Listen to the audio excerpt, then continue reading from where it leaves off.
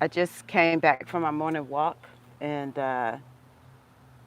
as I ended the walk, well, okay, I ain't gonna lie, I listened to a little Kendrick Lamar. I try not to listen to too much because, yeah, Kendrick be living rent free in my head. But the thought that came to me, and this is for those out there. First of all, good morning. Oh, where my manners? I started talking to y'all before I actually logged on. But anywho, this is for those who are looking at what's happening and in the United States with the presidential race, and you want some inspiration. Um, I finished my walk after listening to Kendrick and getting hyped, and I thought every generation has had to make a sacrifice. I remember for future generations. I remember when Maya Angelou spoke at my graduation, and she talked to us about you already been paid for. You paying for the next generations. And you know, we even hear Native Americans talk. Native American wisdom is about you do today something that will benefit 7 generations down from you. And so I thought to myself, you know, I got to do my part, whatever that means for you. Like, I have done my best to be like super politically active in the community, but, and I still will be. Like, I have my yard signs, and I have, I will let everybody know how I am, you know, how I swing politically. I make donations, not just to political people, but to activism and stuff like that.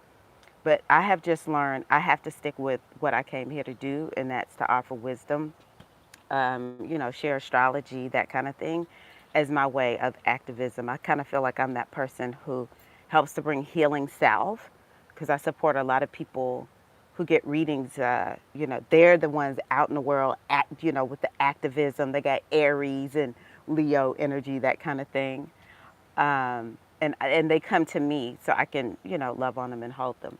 And so I just think to myself, everybody has to figure out her way, their way of, you know, what are you going to do as a member of this stage in humanity, this stage in history of the United States, knowing that although I'm uncomfortable, but I'm still living just fine and normal right now, today, right? But no matter what, the discomfort is worth whatever I got to do to help. Because I always think the ancestors had me in mind when they decided to leave. My ancestors who were enslaved, they had me in mind. They were like, hey, one day I may not be free, but I'm going to do what needs to happen because I want the future generations to be free. And they did a lot to make sure that that happened, or they did their part. And that's how I'm seeing it now. And that's what I want to just offer to you. It's like we have to stay in this transformation of the country that we live in.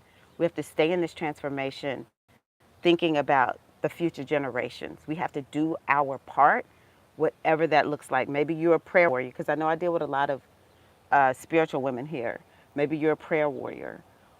Maybe you're going to be doing readings to help people feel safe and help people to, uh, you know, get their nervous systems calmed down. Maybe you actually are the activist that's going to be out there. Maybe you're going to be working actively on political campaigns in some kind of way. It doesn't really matter what you do as long as you are doing something that feels authentic to you. But I think that the more I keep looking at everything, the more I'm like, I see why, in a way, it's playing out the way that it's playing. Because, like I keep saying, at the end of the day, it's going to be the collective, the part of the collective that decides, that has the greatest amount of momentum. I believe that good is more powerful than evil. I think that because that is the nature of the universe, it is a loving universe.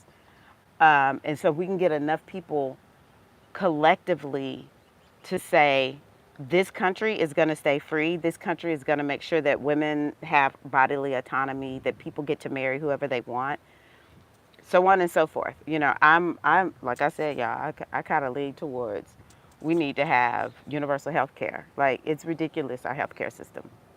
Whatever it is, we're going to have to get together, and the collective is going to have to really get behind that. I again encourage you all to study history. I remember when I was homeschooling my kids, I wanted them to learn about the Civil War. And there was a series, Tim Burns, I think is who it was by, where they talked about the Civil War. And it really blew my mind that the Confederate and all their hate did such a good job. They were so fueled by hate that they had the United States Army or military stumped. Like the military could not defeat the Confederacy. But at some point, the collective got so together behind slavery must end in the United States that it was, I really need, I'm going to do it today so I can tell y'all what it was. But there was some slight turn of events that happened. I'm almost positive it was in Virginia. It was some slight turn of events that happened. And it just completely and totally flipped the whole war because the war was like at a stalemate, you know? And so that's the thing that I feel like the universe is like, I need enough of y'all to get behind freedom. I need enough of y'all to get behind. We're going to do whatever it takes to preserve the country and take it in an even better direction. I need more of y'all to do that. And so, the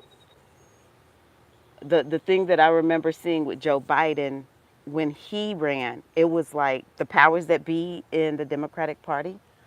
I really believe they got together, coalesced around him, put Kamala as the VP, which is why she dropped out. All of a sudden, one time, very early on, she dropped out.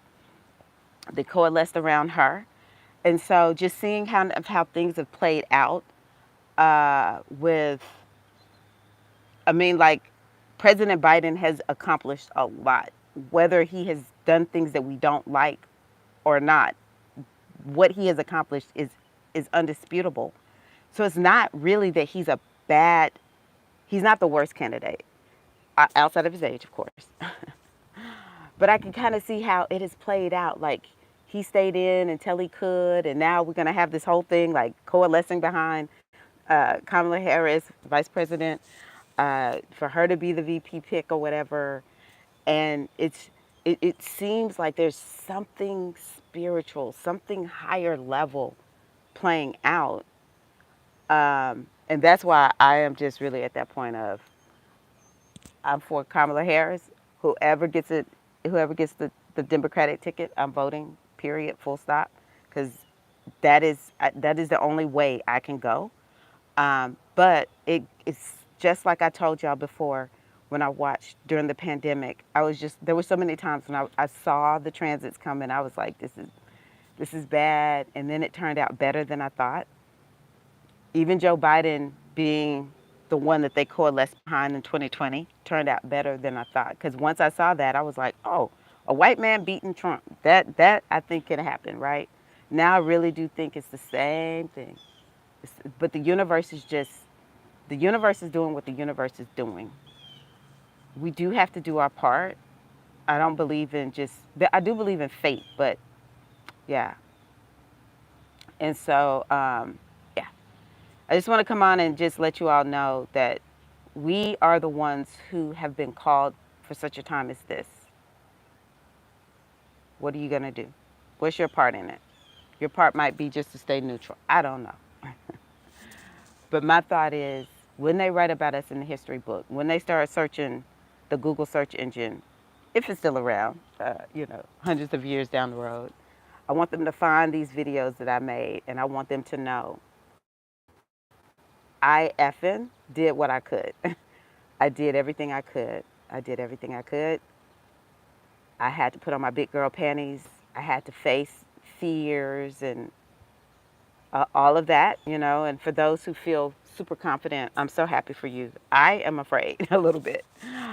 But today I feel courageous and brave. Today I feel courageous. And I want them to know we did everything we could. I want them to remember me as one of the ancestors who was like, I had you in mind. I remember saying, I hope I get grandkids. Even if my grandchildren, my great grandchildren, so on and so forth, nieces and nephews and their children, if they don't remember my name, they will have my love. And that is pretty much how I see it right now for all of us. So, hello, how are y'all? Hello, Kiara. Hi, Catherine. How are you? So, all right. Thank y'all so much. And remember, be the change